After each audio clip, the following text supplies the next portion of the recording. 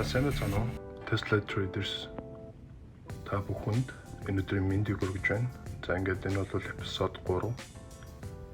За ингээд юуны өмнө эхний 2 хичээл маань манай YouTube, Facebook хуудсан дээр байрсны дараа бас нэлийн олон хүмүүс айгүй олон асуулт асууж юм мессеж явуулдаг байна л да.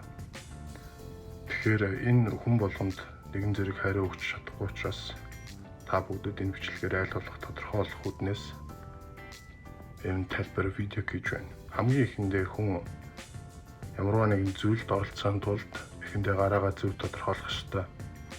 Яагаад вэ гэхээр яаж гараагаа зөв тодорхойлсноос эхлээд цаашдаа чинь ирээдүйн чиг зорилго мөн ашиг орлого айгүй олон зүйл хүнээс эхлэн тодорхойлогдно. Тэгэхээр эхний хичээлүүд дээр би яаж брокер нээх үү, яаж ашиглах уу, яаж зургийг унших уу гэх мэтчлэн ойр зургийн энэ simple мэдлэг олох зорилготой юм хичээлүүдийг хийсэн байгаа.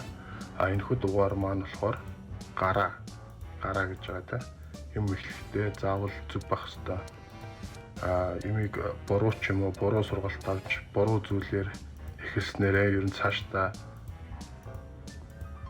тийм эрсдэл, риск тэ иймэрхүү зүйлийг бол аль болох багасгах зорилготойгоор юмыг хамгийн ихэндээ зөв хэрэглэх ёстой, эхлэх ёстой. За тэгээд хүмүүс гайхаж магадгүй л дээ. Яагаад ингээ хөрөнгөний зах зээл, хөрөнгөний одоо бирж гэж ингээл яриад байгаа юм. За яагаад вэ гэвэл ковид гэдэг энэ Беларусын Монгол улс болоод ер нь хаа сайгүй хүмүүсийн амьдралд их хүчтэйгээр нөлөөлж ийн л доо.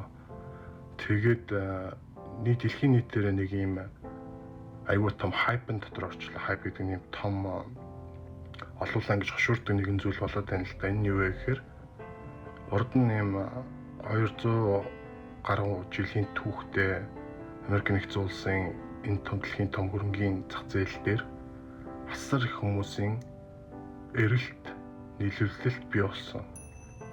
Жишээ нь бол ямар ч хагаан шатны барыг мэддэхгүйн хүмүүс маш ихээр орж ирж хувьцаанаас аваад зараад ийм хөдөлгөөнийг бий болгож байна. Энэ бол мэдээж арилжаанд оролцож байгаа хөрөнгөний зах зээлийн хувьд бол маш сайн зүйл. Гэхдээ энэ оролцож байгаа анхан шатны ч барыг мэдлэхгүй шахуйн хүмүүс маань нэг худлаа мэдээлэл давтаж айгүй их алдагдал авах тохиолдол бишгүй их гарч байна.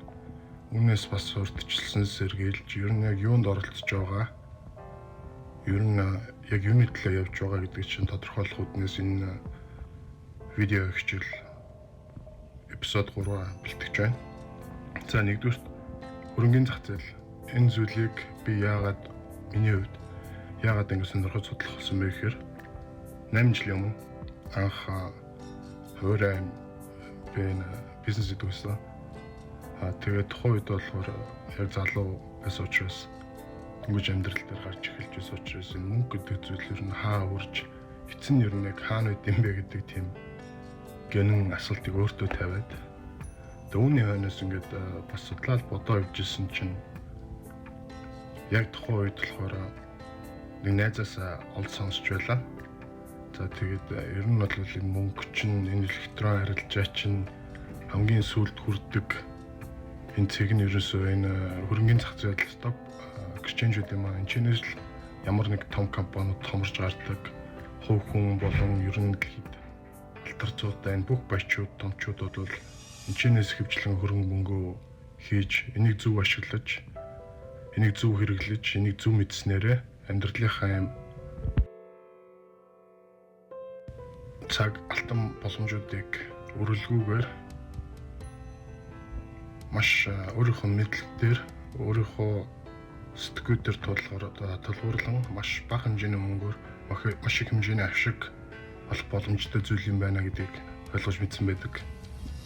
Тэгээд түүнээс хойш энийг бол ер нь бол багаар судлаад 2014 оноос эхлээд байнгын өдөр тутмын арилжаа буюу day trade гэдэг зүйлийг хийдэг болсон. Одоо тэгэхээр ойролцоогоор 6 жил яг энэ хөрөнгөний зах зээлийг өөрийнхөө хуваараа ингээд судлаад өөрөө бас түн шинжилгээ хийгээд ингээд явж байна. Тэгээ энэ жил ингээд бичлэг хүргэж байгаа шалтгаан нь яг юу юм бэ гэхээр мэдээж төрүүлсэн. Энэ бол мэдээж ковид. Энээс болоод маш олон хүмүүсийн хөрөнгөний зах зээл рүү орж ирж байгаа гэж төрүүлсэн. Энэ замд тань бас тус болох, бас мэдсэн сурснаа. Өөр бусдад бас хуваалцаж аль болох зөв юм зүйлсийг бас хүргэх үүднээс энэ хүү бичлэг, энэ хүү видеог өөрийнхөө цагийг зориулан гарддан дарин хийж байна. Тийм болохоор хувьцаа хөрөнгөний бизнес руу орох гэж байгаа ямар ч хүн хамгийн ихэнд өөрийгөө та арилжаанд өдөр тутмын арилжаа гэж байгаа трейдер үү?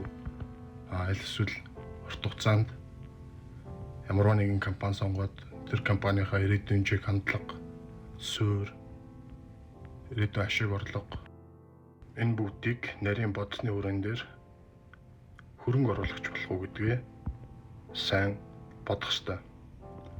Тэгэхээр ийм асуулт гарч ирж байгаа биз. Нэг нь болохоор трейдер буюу худалдаачин, нөгөөх нь буюу хөрөнгө инвестор буюу хөрөнгө оруулагч.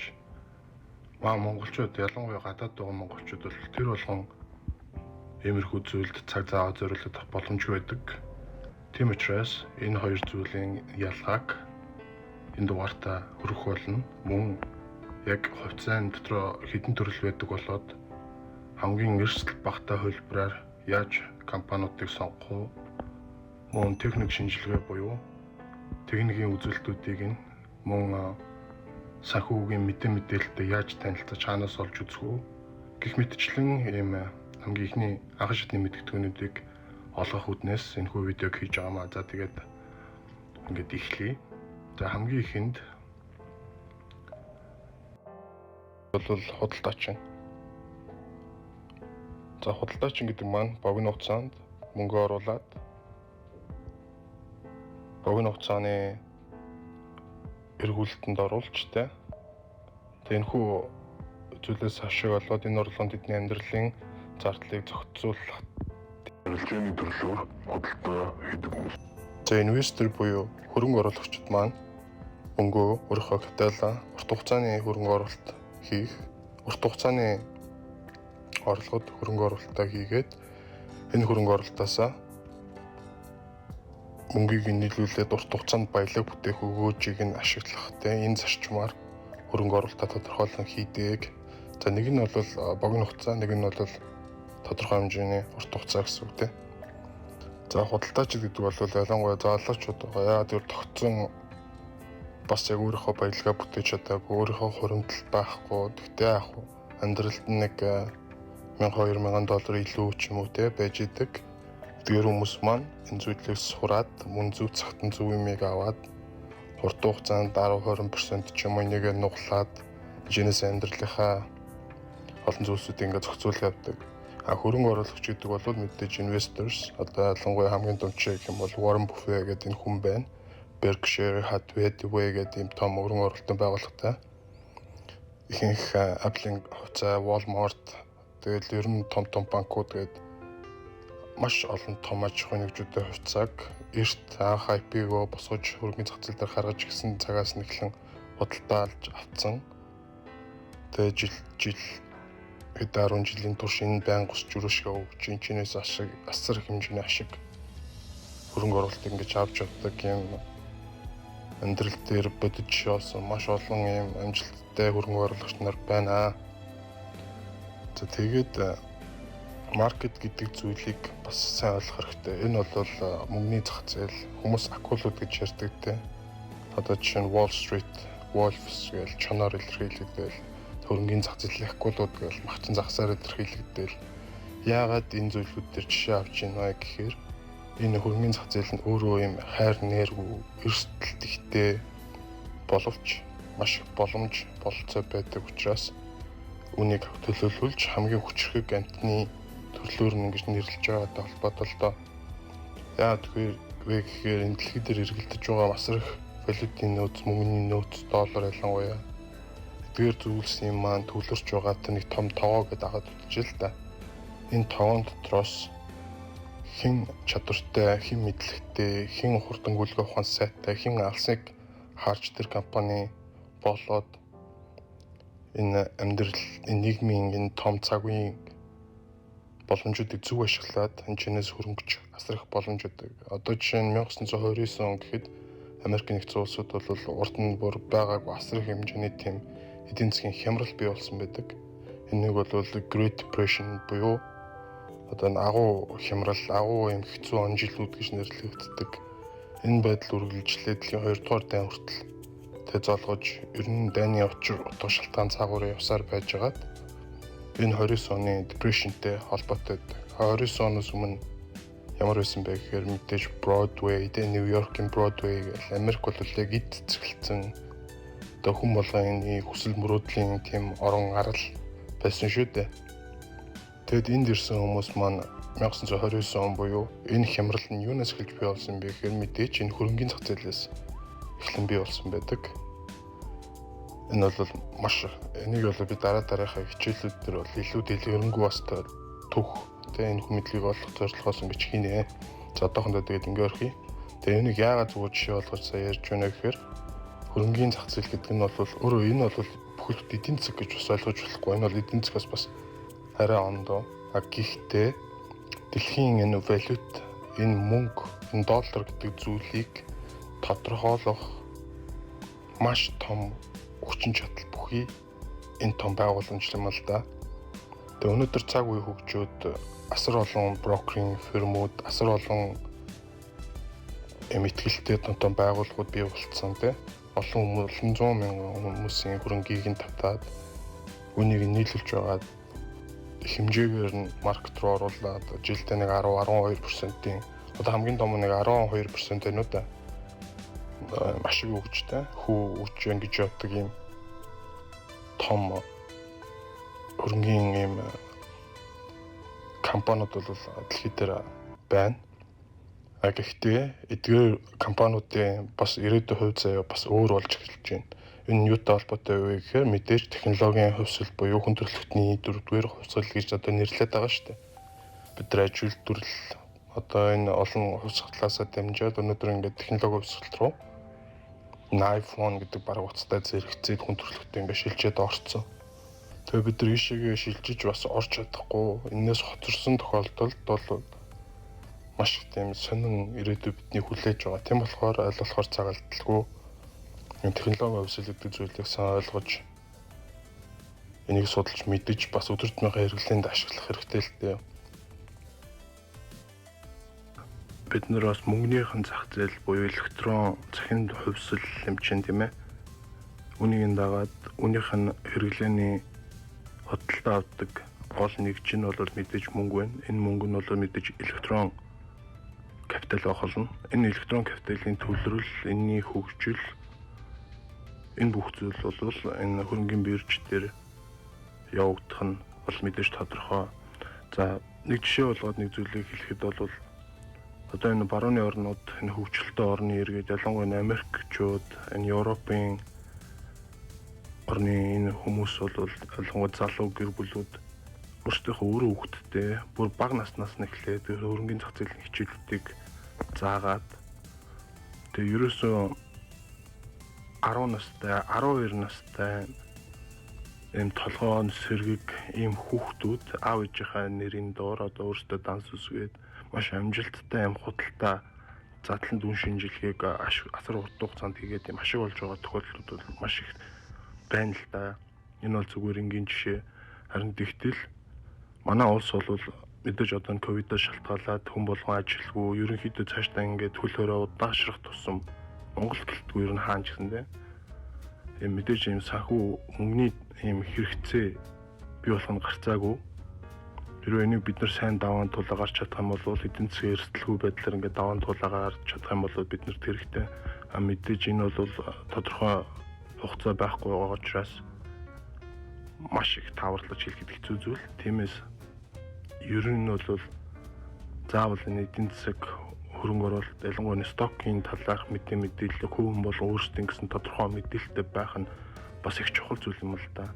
Тийм учраас заавал улс орноо хөгжсөн газар улс төрчдөгөө юм хий гэж бас шахаасаа илүүтэйгээр хүн болгон өөрсдөө хөгжүүлж энэ нээлттэй болсон дэлхийн ертөнцийн өөрсдийнхөө гараар өөрсдийнхөө хүчин чадлаар ийм баялагийг бүтээж насан туршдаа бас сайхан амьдарч болох үз. Ийм зүйл байдаг шүү. Ийм зүйл хүн болгон нээлттэй байгаа гэдгийг бас онцолж хэлмээр байна. Тэгээд Tesla Traders хэмээх манай вебсайтн дээр яг ийм нэрийн хичээлүүд маань тавигдах болно. Энэ бол миний алдаж онсон ашиг олж байсан маш олон энэ зүйлийг эзэмслэгдээд аль болох хамгийн энгийн бөгөөд хүнд ойлгох хэмжээний ийм сонирхолтой хичээлүүдийг бий бэлтгэж байгаа. Тэгээд 2021 оны 1 сарын 1-ний өдрөөс эхлээд teslatraders.com вебсайт маань ашиглалтан дээр орно. Ингээд яг энэ өдөр та бүхэн хэрвээ хүсвэл ингээд миний тавигдж байгаа хичээлүүд илүү сонирхолтой санагдах юм бол өөрсдөө тохирсон хичээлээ сонгоо аваад үзээрэй гэдгийг бас хэлж зөвлөмөр байна. Тэгээд мөн бас нэг зорилго нь юу вэ гэхээр энэ чиглэлээр нарийн судалгаа хийдэг, энэ чиглэлийг илүү сонирхдаг ийм хүмүүсийн нэгдлийг бий болгоод ер нь олуулан ямиг шийдэхэд бол буруугүй байдаг учраас ингэж бие даажж болоод янз бүрийн ингэж явж байгаа энэ олон хүмүүсийг нэгтгээд хэрвээ бид нар өөрсдөө байгаа энэ боломжоо, энэ тархиа, энэ боловсрол сурч авсан мэдсэн бүхнээ хоорондоо эвтэн найртайгаар солилцоод ингээд нийлж ажиллаж чадах юм бол асар их боломж бололцоо байна. Ирээдүйд ч гэсэн энэ бол улс их орондоо хүн болгон хувь хүн болгон мөнгө олно гэдэг чинь ирээдүйд тэдний гэр бүлтэй, тэдний хамаатан садан гэдэг энэ олон хүмүүст их хэрэгтэй. Мэдээж хүн болгон ухаантай байх боломжгүй. Гэхдээ энэ улсын бас нэг урдаа ирдэг 100 залуучууд байлаа гэхэд бол үлцэн хүмүүсээ чирээд явах боломжтой ийм зүйл юм аа. Тийм учраас энэ хичээлүүдийг бэлтгэх үргэж байгаа. За тэгээд хамгийн гол нь миний энэ хичээлүүд нь бол яг ингээл би урдныхаа дугаар дээр 2 дугаар дээр хэлжсэн. Заавал ингэж юмыг эхнээс нь сурах гэхдээ биш. Аль болох ойлгомжтой юм зарчмаар одоо жишээ нь яг онлайн юм гээл хүний залхаасан тэгэл ийм баахан тоо баахан нэршил ингэж явуулаад байхгүйгээр аль болохоор яг амьдрал дээр тохирсон өдөр тутмын хэрэглээнд одоо жишээ нь гар утсан дээр ашиглагддаг, яг яаж гар утсан дээр чинь ажиллах уу гэх мэтчлийн мэдээллүүдийг хүргэн. Яагаад ингээ гар утас гэж жишээ ярьж байна гэхээр одоо хүн болгоны толгойд бол хувьцаа идэг хүмүүс гэхээр том дэлгэц тавьсан хүмүүсийг хилж байгаа гэж тийм бодол бууж байгаа. Мангарын дэлгэц тавиал тэгэл баахан тоо урцал график хараал. Энэ бол мэдээж технологийн дэвшлээд дагаад өөрчлөгдсөн. Тэр өөрчлөгдөж байгаа. Одоо ерөнхийдөө бол нэг гин лаптоп юм уу эсвэл сайн урттай энэ дататай одоо жишээ нь iPhone Pro Max ч юм уу иймэрхүү зүйлтэй байхад л ерөнхийдөө энийг бол тэднээсээс нэг их тутгааргүй хийгээд авах боломжтой байгаа. Яагаад тэгэхээр энэхүү их боломжийг энэ утасны смарт аппликейшнүүд нь өөрсдөө өгöd байгаа байхгүй. Бүр сайн ярих юм бол AI буюу одоо энэ ухаалаг компьютертэй ухаалаг юм технологиуд нь өөрсдийнхөө функцлэл, өөрсдийнхөө юм аргаар, томьёогоор бүгднийг нь бодоод урьдчилж гарч болох ийм зүйлсүүдийг бол урьдчилж мэдээ тохио өгöd байна л та.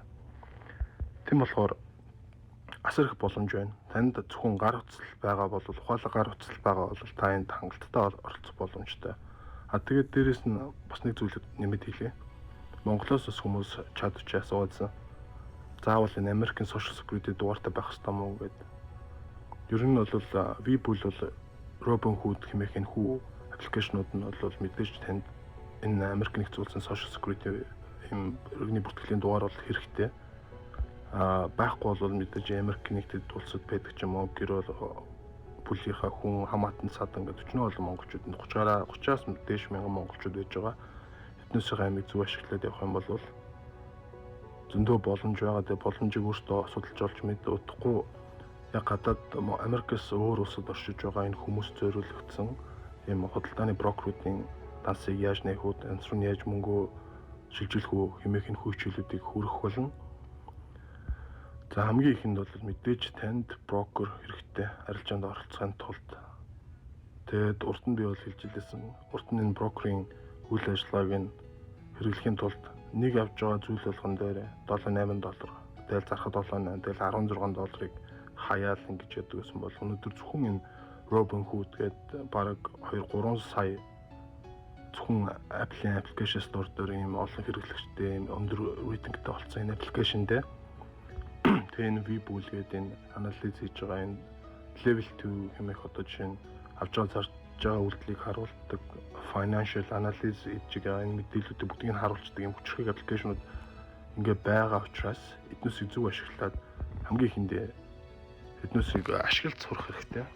Нэгдүгээрт, хоёрдугаар өөрсдийнхөө зорилгыг тодорхойлох хэрэгтэй. Би хөрөнгө оруулагч уу? Эсвэл би хөдөлтаач юм болох уу гэдэг. Алин ч хослуулаа бас хийж болно шүү дээ мэдээж тэ. Загидах шаардлага байхгүй. Тэгээд өнөөдөр бас хэлье гэж бодсон нөгөө нэг зүйл нь юу вэ гэхээр хүмүүс бас гайхчихж бас магадгүй. Нэг одоо чинь Tesla-гийн хувьцаа $600 гэж штэ. Надад нэг $600 ганцхан шиг хувьцаа өдрийн 1% өсөлт хийхэд ерөөсө $600 юм биш тэ энэ төр гэдэг тэ. Гэхдээ энэ бол зөвхөн жишээ. Энэ дотор хэдэн мянган хувьцаа байгаа. Нэгэн центийг бараг 100%-аас нэгтэй 1000%-аас нэгтэй тэнцэх буюу Dogecoin penny хувьцаа тэ. Нэг шиг penny-г Америкийн мөнгөний нэмэгдэлтэй хамгийн доод нэгж энээс ахгуулаад дэвшигээ хэдэн мянган доллар 3-4 мянган Amazon хувьцаа гэдэг $3,000 ч юм уу тэ. Тэгэл ийм хувьцаанууд ончноос бол хангалттай сонгох боломж байгаа. Мөн нөгөөтэйгүр энэ үнийг нь доор багт наваад дээшээ болгож заарна гэдэг бол зөвхөн арилжааны хамгийн энгийн бүгд basic юм төрөл нь баггүй юу. Зөвхөн хувьцаа гэдэг зүйл хувьцаа ихэнд бол зөвхөн энэ нь бол энийг бага багт наваад үнэн өсгөр зарна гэдгийг бас хэтэрхий бас тэгж ойлгож болохгүй. Яагаад тэгэхээр энэ цаана option trade гэж байна. Option trade гэдэг нь болохоор юу гэсэн үг вэ гэхээр сонголттой арилжаа гэх юм уу те. Сонголт өөрийнхөө сонголтоор ингэж цаг хугацааны тэнс тавиад тэр хувьцааг хэрэг өсөх үү, уруудах уу, буурах уу гэдгийг энэ зүйл тодорхойлоод үүнийхээ чигийн дагуу одоо чинь явахлаа гэхэд бол асар өндөр процентын хувь хүнд бас ингэж өгдөг юм арилжааны төрөл байгаа. Дээрээс нь одоо зөвхөн өсөлтийн дагуу мөнгө хөх биш, мөн уналтын дагуу бас шорт хийгээд те.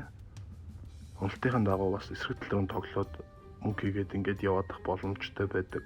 Миний хувьд олж мэдсэн зүйлс юу вэ гэхээр асар их юм савлгаатай, асар их юм хүмүүс оролцож байгаа ийм хуйлралтай ийм волюм ихтэй үед хүмүүст хамгийн их боломж бололцоо бий болж гарч ирдэг. Энийг зөв ашиглаж хэрэгж чадах юм бол хамгийн тэр муу гэж хэлж болох ч юм уу, эдэнсэн хямрал ч юм уу энэ зүйлс нь бас нөгөө талаараа маш их боломжийг маш их боломжийг олох энэ зүйл байдаг гэдэгт бас итгэдэг. Тиймээс яг энэ зөв цагт бас хүмүүсийг хувьцаанд орж аль болох эрсдэл багтаагаар аль болох зөв дүгнэлт хийж ингэж явахыг бас зөвлөж байгаамаа. Ер нь хэрэгтэй зүйл гэсэн үг. За тэгээд хүмүүсийн бас нэг анхаарч мэдэх ёстой зүйл нь юу вэ гэхээр одоо чинь зөвхөн нэг хувьцаа гэж одоо хувьцаад чинь дотроо 7 төрөл байгаа. Одоо чинь blue chips буюу юм хөхөнгийн хувьцаа, цэнхэрэнгийн хувьцаа гэдэг нь бол дээд ангиллын хувьцаанууд буюу том компаниуд гэсэн үг. Одоо чинь Google, Apple, Tesla биш үшлээ. Amazon гэх мэтчлэн Tesla бол удахгүй Америк нэгдсэн улсын 500 том аж ахуйн нэгжийн нэг буюу SPY 500 руу ингээд орж ирэх гэж байна. Одоо 12-21-нд байна уу да. Тэгээд ингэсний дараагаар бол мэдээж үнэнс нь миний хамгийн 2 дахь жил хийгдэж Tesla-гийн талаар ярьсны дараа яг тэрний дараагийн өдөр болохоор 7% өссөн байгаа. Та бүх харсан бол. Тэг өнөөдөр ингээд 6% унжих жишээтэй тийм. Юм болгон мэдээж ихцээрээ ингээд дэше явахгүй. Хаан ч юмыг ямар зүйлийг зөв цагт наваа тавьчлаа гэхэд мэдээж зураглаад авч байгаа тохиолдолд ямар нэгэн давтамжаараа ямар нэгэн зүй төтлөөр явж байгаа тохиолдолд буцаж өсөлт орж ирнэ. Энийг л зөв тодорхойлох хэрэгтэй. Мөн хаана яаж авахаа сайн бодоод нэг үйлдэлийг хийх хэрэгтэй. Мөн хувьцаанд оролцож байгаа хүмүүс нэг аим алтан зарчим байдаг л та. Энэ юу вэ гэхээр бүх мөнгөө 1 сар руу битгий хийгдэг. Энийн ус юу гэхээр өөртөө байгаа мөнгөө аль болох эрсдлээ зөв тооцоолоод хувааж салгаж өөр төрлийн хувьцаа авах хэрэгтэй. Одоо жишээ нь технологийн компаниудаас гэх юм бол одоо Zoom гэл одоо ZM гэл энэ төвшлөлтөй компани байна. За энэний хувьцаа бол мэдээж амар үгүйсэн. Та бүхэн өөрсдөө ZM гэж бичээд харангуут л та нарын платформ дээр чи гараад ирнэ. Энэ шилэндээ Simple ZM. Тэгэнгүүт л одоо машин үйлдвэрлэгчтэй. За GM Motors, General Motors ч юм уу. За тэгэл хүнсний үйлдвэрлэлтүүд, retail гингүүт Walmart, хүнс гингүүт Kroger гэл тэ. Тэгэл хүнд машин механизм үйлдвэрлэгч гэл CAT гэл. Тэгэл ангийн дэлгүүрүүд 960 маш олон компаниуд байгаа. Тэгээ энэ компаниудын ирээдүйд чиглэсэн үйл ажиллагаа, улирлын тайлан, улирлын ашиг орлого нэг хувьцаанд оногдох нэрч байгаа ногдол ашигч тэгээ ерөн ирээдүйд хаа өрөхгүй гэдгийг нь зөв тодорхойлоод хэрэг олж чадах юм бол тань асар их хэмжээний асар их ирээдүй байгаа гэдэгт бол би итгэлтэй байна. Хувьцааны маркет гэдгийг бас нэг ташаалуулалт явдаг нь энийг бол мөрөдө тоглоом битээр ойлгодог. Энэ бол туйлын буруу зүйл юм. Мэдээж опшн арилжаа буюу сонголттой арилжаа бол маш өндөр рисктэй. Мөртлөө маш өндөр ашгийг бас өгдөг. Гэхдээ энэ дээр бол ямар боломжгүй яадаг вэ гэхээр $1 хэрвээ та зөв ийм хувьцаа сонгож одоо $100 та хувьцаа өнөдөр авлаа гэж бодоод маргааш энэ хувьцааны ашиг нь 50,000% ч юм уу те ойролцоогоор бараг 500 дахин өсч ийм болон $50,000 болох боломжтой гэсэн. Ийм боломж өдөр болгон бараг гарч ирж идэг хувьцаан дээр. Яагаад гэвэл хэдэн мянган хувьцаа байгаа.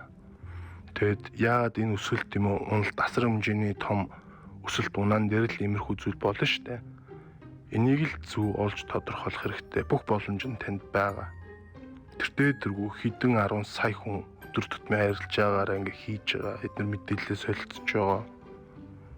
Зөв зураглалууд мэдээлэлээ яаж авах вэ? Одоо жишээ нь дайн бол за муугаар өдөө заяа дайн ч юм уу эсвэл юм тахалт өвчин одоо урд нь бол Zika вирус гээл H1N1 гээл иймэрхүү том дэлхийг амарсан ийм зүйлээс болж эхлэхэд эхэндээ мэдээллийн суугуудаар гарч ирэхдээ зэрэгцээд маргаашийнх нь эдийн засаг бол шууд унжих жишээтэй. Одоо сайн долларын үн одоо энэ сая бензиний үн бол амар унсан тийм ээ. Газрын тос. Энэний шалтгааны юм бол мэдээж Америк нэгдсэн улсын хэтэрхийх өөрсдийнхөө долларыг одоо fiat money гэж ярьдаг л да. Энэ нь бол газрын тостой харьцаж байгаа долларын юм үн. Урд нь доллар бол зөвхөн алтаар ингэж үнэлэгдэж алцтай харьцагдаж байсан гол нэгж боловч сүүлийн жилүүдэд болцсон. Тэгсэн мөртлөө энэ хүчин чадлаараас алдахгүй. Доллар бол мэдээж дэлхийн 1 нэмрийн валют үнэтэй холбоотойгоор маш том асуудал үүсээд энэ өөр улс орнуудын шийдвэр ялангуяа Хятад, Орос, Арабын орнууд, Америкийн бас энэ үйл ажиллагаа нэг талаас эсрэг хэтэрхий ганцаараа ноёлсон юм бодлого явж гэнэ гэдэг үднээс газрын тос унсан. Энэ болгоны ингээд дэлгэрүүлээ ярих юм бол асар их цаг хугацаа орно. Тиймээс энэ дэлхийн нэрээ өөрчлөлтүүдээ аягүй сайн мэдэрч явах хэрэгтэй. Уншиж явах хэрэгтэй. Энийгээ дагаад тааж ирсэн цаг үеийнхаа мэдээллийг байнга ингэж авдаг болно. За тэгээд дээрээс нь одоо энэ forex trade гэж хүмүүс бас яриад байгаа. За forex trade гэдэг нь бол мэдээж долларыг юантай харьцуулсан, юаныг йентэй харьцуулсан, йенийг европтой харьцуулсан юм заавал юм хоёр юм нэгжтэй эднээсээ хоорондын харьцан дээрээс бага хөдөлгөөн дээр жишээ нь ашиг болдог. Одоо өсөлтийн дагуу, унааныхын дагуу ашиг болдог. Зүгээр л юм энгийн арилжааны юм хэлбэр нь тий. Одоо энэ бас өргөчөөд одоо биткойн дээр одоо чинь cryptocurrency дээр энэнийх нь харьцаа явж байгаа жишээтэй. Cryptocurrency нь одоо дотроо биткойн, Ethereum нь Litecoinтэй, Litecoin нь Dogecoinтэй ч юм койнуудын харьцаан дээрээс тий ингэж явж идэг юм сонголттой айгүй олон төрлийн арилжаанууд хэлбэр байна л да. Гэхдээ Энэ яг зүгээр ингээ одоо чинь хувьцаа аваад зарах буюу одоо энэ цагаан толгой гэж бодох юм бол энэ А, Б гэж байгаа энэ зүйл маань энийг хамгийн ихэндээ хүн өөрөө хийж сурах хэрэгтэй байхгүй юу? Хамгийн ихэндээ хийх юм шууд forex руу дахиад орох стоп биш. Эхэндээ багаас нэмийг эхлээд бас ингээ сураад аваад энийгээ баталгаажуулаад явсны үндсэн дээр forex энэ эсвэл option trade хийнэ. Option trade гэдэг бол яг өнөөдрийн хувьд хамгийн өндөр ашиг өгч байгаа. Ер нь одоо энэ сонгодог зарчмаас арай өөрчлөгдсөн юм сонголттой тийм ийм хэлбэрийн арилжааны төрөлтөө. Тэгээ ийшээ бол илүү их хүмүүс цагаа арилж байгаа option volume одоо chart гэл ингээл харах юм бол ерөөсөө хүмүүсийн хөдөлгөөн бол амар байна. Одоо жишээ нь Tesla бол зөвхөн 1-7 хоногийн хугацаанд одоо энэ 7 хоногт 11-ээр төгсгөлүүлж байгаа энэ 7 хоног. Энэ дотор юу болж байна гэхээр зөвхөн 2% өсөлтөн дээр энэ 7 хоногт өсөх юм уруудах хэлбэрийн option trade нэг багц хувьцааг ингээ авсан байлаа гэхэд энэний өсөлт нь ойролцоогоор 24 дахин ч юм уу өсчихөж байгаа байхгүй. Та нөгөө талдаа мэдээж та бүх мөнгө алдчихж байгаа нөгөө талд нэг хүмүүс нь. Одоо иймэрхүү жишээнүүд олон байна. За тэгээд бас яг яригсэн сэдвээсээ сацаад бас аюул олон зүйлүүдийг бас ингээ ярьчих шиг боллоо. Өөрсдөө хэрэгтэйгээ яваад хэрэггүйгээ хаяад өөрөөсөө бас ойлгоно үз. Хамгийн ихэндээ таас бодох хэрэгтэй л дээ. Би бас байгаа боломжуудыг бас тодорхой дурдж хэллээ. Та арилжаач юм байх уу? Аял эсвэл хөрөнгө оруулагч байх уу? Арилжаач юм байх юм бол танд хэдэн төгрөг чамаагүй. Тэ? Яа тэгэхээр нэг хувьцаа одоо жишээ нь Apple-ийн хувьцаа ингээл $100 үнэтэй байлаа гэж бодъё л доо. За тэгэхэд Apple-ийн хувьцааг $100 байхгүй танд зөвхөн $50 байлаа гэхэд та энэгээс авч болно. Та өөрийнхөө мөнгөний нөхцөлд тэнцэх жишээ нь Apple-ийн хувьцаанаас 0.4 хувьцаа ч юм уу те. Ийм хэлбэрээр бол авах бүрэн боломжтой. Энэ эрхийг бол Robinhood Webull өгч байгаа. Тэгээ мэдээж дахиад хэлье. Энэхүү хичээлүүдийг үзээгүй бол та манай 1-2 гэсэн дугаар хичээлүүдийг манай YouTube хуудаснаас авч үзээрэй. Манай Facebook хуудсан дээр байгаа. Танай зөвхөн ганц үзэж байгаа юм нь зүгээр like тэгээ subscribe хийгээрэй. Тэгэх юм бол та цагаалтгүй манай дараагийн шинэ хичээл мэдээллүүдийг хүлээж авах болно. Мөн энэхүү аппликейшнийг миний оруулсан байгаа холбоос линкээр ороод татаж авсан тохиолдолд жишээ нь Webull компани бол танд зүгээр л өөрийнхөө аккаунтыг баталгаажуулахад 2 хувьцаа өнгөх болно. Өөрийнхөө банк аккаунтыг зүгээр чек юм уу savings аль нэг аккаунт зүгээр холбоол баталгаажсны дараа танд $1,600 хүртэлх 2 ширхэг хувьцааг random хэлбэрээр өгөх болно. Өнгөө гэж биелсэн. Танд мэдээж электрон төрөвч хэрэгтэй. Дээрээс нь энэ бол таны мэдээлэл болоод янз бүрийн зүйлтэй бас холбогдохгүй. Хэрвээ ашиг болсон тохиолдолд мэдээж тагсдуулна. Хэрвээ алдагдал авсан бол үнийг бас цагсан дээр асуулаа бодвол боломжтой байгаа. Тийм учраас энэ хоёр платформ энэ аппликейшнийг татаж авах гэсэн юм бол манай 2 дугаар хичээлийг 1-р хичээлийг үзээд түүний доор линкээр татаж аваа бүртгүүлээрэй. Тэгээд мэдгүй чадахгүй зүйл гарвал мэдээж мессеж явуулаад асууж болно. Тэгээд ерөнхийдөө дэлгэрэнгүй энэ хичээлүүдийг манай 2021 оны 1 сарын 1-ний өдрөөс эхлээд манай вебсайт буюу teslatraders.com гэдэг энэ домен энэ нэрээр манай ороод манай сайтад бүртгүүлээд ингээ хичээлүүдээ авч үзээрэй. Энэ сайт манай альбасаар ингэж хичээлүүдэд тавиад энэ видео хэлбэрээр хичээлүүдэд тавина. Тэгээд ингээд бүртгүүлээд цаашдаа бидэнтэй холбоотой байхыг бас хүсэж байна.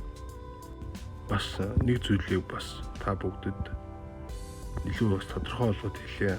Яг өнөө үед бол хувьцаан дээр мөнгө хий ч юм уу одоо ингэж хийн. Тэгээд ингээд эргүүлээд ашиг өгнө гэсэн иймэрхүү хүн болон янз бүрийн хүмүүст бас аль болохоор цензур тавьж хандахыг уриалж байна. Яагаад вэ гэвэл хувьцааны зах зээл гэдгийг нь хаашаа явахыг нь хэн ч хэлж мэдэхгүй. Хэн ч ирээдүг харж чадахгүй. Хичнээн авьяастай $1000 байгаад ч тех боломжгүй. Тийм болохоор өөрсдөө айлуулах сурж, өөрсдөө энэ болгоныг мэдээд алдсан ч, онсон ч таны л хариуцлага байх болох учраас энэ дэр бас анхааралтай байгаарай. Урд бол одоо хэдэн 10 жилийн өмнө ч юм уу 5 жилийн өмнө бол иймэрхүү компаниуд их байсан. Олон хүмүүсийн мөнгийг нийлүүлж аваад маркетаас ашигладаг, зарим нь тэр чигээр дампуураад алга болсон ч юм уу те. Айгүй их юм тохиолдол байгаа. Хамгийн эрсдэлгүй алхам нь юу вэ гэхээр өөрөө бас сурж, өөртөө бас найдаж, энийг ингээ өөрийнхөө гараар хийсэн тохиолдолд энэ чинь эргээд бас ямарваа нэг муу зүйл эрсдэл багарлаа гэхэд таны л өөрөө чи хариуцлага болж үлдэн тийм ээ. Тэгэхээр энэ бас зөв сонголт байх магадaltaй. Мэдээж ийм том компаниудыг болон мэдээж асар өндөр боловсралтай, асар өндөр туршлагатай ялангуяа нэг ганц 2-3 жилийн туршлага бол энэ л юуч биш. Энэ хөрөнгөний зах зээлийг ойлгоход одоо зөвхөн дандаа ашиг олоо яваад идэх хүн гэж бол ерөөсөө байхгүй. Харин үүн дотроос арай илүү олон зүйлийг мэдэж сурсан, ер нь энэ цаашдаа яадаг үлээ гэдгийг бас мэддэг тийм. Ийм хүмүүсээс ч юм уу ийм хувийн компаниудаас яг нэг үйлчлэгийг аваад бас явхад бол бас буруудаад ах зүйл бас байхгүй. Гэхдээ дахиад л өөртөө л найд. Хөрөнгөний зах зээл бол ер нь тийм. Жишээлбэл ер нь цаашдаа өсөх юм магадaltaй нэг хувьцааг сонтолж оруулах гэж бодлоо. Энэ бол бидний сайн мэддэг Messi-гийн компани байгаа. За Messi яагаад тодорхойлж өнөөдөр сонгож ирж байна гэхээр ерөнхийдөө бол би одоо энэ дээр техник шинжилгээ, чарт уншилт, ер нь чартны зураглалыг хийж байна. Одоо энэ цагаан зураас бол босоо тэглэгт оршиж байгаа цагаан зураас бол ер нь сүүлийн 1 сарын хугацаанд өсөлтийн трендийг сайн харуулж байна. Мэдээж энэ бол Америкт дэлхийн хамгийн том ритейлтэй супермаркет дэлгүүр. За энэ дээр юу болсон бэ гэхээр одоо ингээд энэ зурган дээр ингээд харж байна. Сайн хэдэн сарын өмнө гэхэд $45 тавьж байсан. Бүх цаг үеийн хамгийн дээд үн бол тэр дээр гарч ийн 73, 61. Сая 2 сарын өмнө гэхэд $4.38 болсон. Тэгшэрх коэффициент Месси бүр ковидос л бодолсон бод. За тэгээ одоо тэрнээс хойш савж өсөөд одоо нэг энэ бол өчигдрийнх 11.63 та хаагцсан. Тэгээ өнөөдөр бол өссөнчгүй яг юм тогтсон байдалтай. Гэхдээ нэг юм зүйлэн дээр их ажиглагдчихлаа л та. Одоо чинь юу вэ гэхээр одоо хөндлөн татчихж байгаа энэ миний цагаан зураас бол ерөнхийдөө энэ компани хамгийн доод хэсгийнх нь дунджийг гаргаад ирж байгаа. Одоо чинь 2009 он гэхэд энэ нуулт орж 2009 оны хямралын үед тэгээд энэ дээдлийн цагаан зураас нь болохоор дээшээ өсөхдөө яг энэ хэсгээр ингэж их явж байгаад өссөн байна шүү дээ. Энэ нь одоо зураас ингээд татаад авчлаа. Тэгээ одоо байгаа цаг үе рүү авчрангууд л яг нөгөө цагаан зураас чи ингээд яг тэр цагаан зураас ингээд сэтэлж байгаа байхгүй юу? Ерөөсөө ингээд 2 хоног өмнө гэсэн үг. Тэмээд одоо доотлын дэшег ингээд нарийнх нь ногоон зураас бол 4.38-аас эхлээд татагдаад тэгээд энэс хойш тэр цагаан зураас дэшегээ босоод хэлбэр нөрчлөлттэй явж байгаад ерөнхийдөө энд байгаа Messi компани бол үнэн нэтгэврт их хямдхан байна гэж үзэж байгаа. Миний хувьд. Тэгээ хоёрдугаар гэх юм бол бас их потенциал харагдаад байна л да. Яагаад гэвэл одоо чинь 11 сард Thanksgiving боллоо те. Энэ бол Black Friday гэж жилдээ ганц өдөр худалдааны юм том. Одоо хамгийн их арилжаа, хамгийн их хүмүүс юм авдаг өдөр те. Одоо дээрэс нь Christmas их болох гэж байна. Баяр болох гэж байна. Энэ дэлгүүрээс мэдээж асар их хүмүүс үйлчлэгээ авна. Мэдээж онгоцсон байгаа. Та бүхэн мэдээж байгаа. Интернет худалдаач гэсэн маш сайн байгаа. Тийм учраас илүү их потенциал, илүү их юм боломжтой харагдаж байгаа. Одоо энэ дээрээс орж ирж байгаа юм ногоон зураас хогоод энийг бас тэлцсэн байгааг харж байна. Тэр цагаан үнэлэн цагаанаас тэлцсэн. Хэрвээ одоо миний тооцоо бол энэ босоо чиглэлд байгаа цагаан зураасыг та бүхэн энэ чатыг одоо энийг зураглалыг одоо чинь сэвлээд ингээд аваарай заяа. Ингээд дээшээгээ дагаад энэ цагаанаа дагаагүй гэх юм бол хамгийн ихэнд хүрч болох үн нь өнөөдөр 11.63 гэхэд 14.50 өгөх боломжтой байна. Энэ ногоон дээдлийн улбар шар зураас бол хүрч болох үнийг тодорхойлоод ингээ гаргаж байгаа. Сая ингээд доор хийгдэж байгаа тэр улбар шар зураас одоо энэ бид харуулна. Энэ нь бол волюм орж иж байгаа хүмүүсийнх нь авах зар авж байгаа зарж байгаа үнэлгээ. Одоо энэ сүлийн энэ хэсгээр ингээд өндөрсөд байгаа улаан жөндөр болсон ногоон жөндөр би мэдээж улаан нуна ногоон өсөө гэж хэлсэн байгаа. Тэг ингээд энэ доотлолт нь волюм дээр нь бас ингээд зураас татчихж байгаа нь дунджийн тодорхойлж байгаа. Эннээс дээш байгаа тохиолдолд ер нь их том савлгаанууд өсөлт бууралт орж ирнэ. Тэгээ дээрэс нь одоо шинэ улирлын тайлан Christmas-ийн дараа мэдээж 2021 оны 1 сарын үед тавигдана. Энэ дээр бол мэдээж ашиг орлого ч гэсэн их сайн байгаа гэж бодож байгаа. Тэгээ энэ тавигдаад эхлэхдээ зэрэгцээд энэ компани өсөлтөнд нь ч гэсэн аягүй их тийм нөлөө үзүүлнэ гэж бодож байгаа. Мэдээж Messi штэй. Disneyland, Messi, Boeing гэдэг Америкийн том компаниуд байна шүү дээ. Эднээсээ бол ер нь хувийн хвшилч гэсэн арт түмэн бол алдахгүй. Тэгээ үнэн нь одоо бол хямдхан байна би одоо хэлж байна. $71 компани одоо бол $11 тавьж байна. Тэр ойрын хугацаанд гэх юм бол энэ бол нэг ойролцоогоо 1 сар 2 сарын хугацаа болох болов. Энэ байдлаар урд үргэлжлэх юм бол бас бүр ойрын хугацаанд ч юм уу өсөлт орж ирэх боломжтой. Хэрвээ буруугаараа ингээ унаад эхлэх юм бол одоо та бүхэн ингээ байнга харж иж болно шүү дээ. Би мэдээж тавьчихж байгаа учраас. Хэрвээ унаад эхлэх юм бол хамгийн ихэндээ тогтох цэг нь энэ цагаан зураас, хөндлөн цагаан дэдлийн зураас.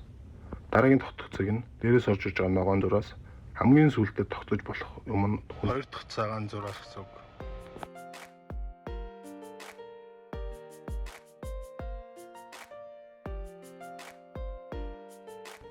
За өнөөдрийн видео маань энэ хүрээд өндөрлөж байна. За ямар нэгэн зүйлийг ойлгож авсан бол таны толгойд багч гэсэн юм гэрэлгийг гарч байгаа бол миний хувьд бас жаргалтай байна.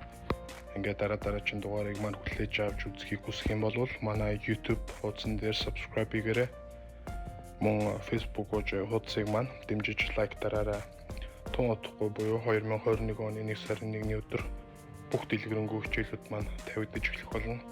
Энэ үед бүгдээрээ эргээд уулзцгаая. За тэгээд хөрөнгөний зах зээлийн замдтай өндөр амжилтыг хүсье. Peace guys. За баярлалаа.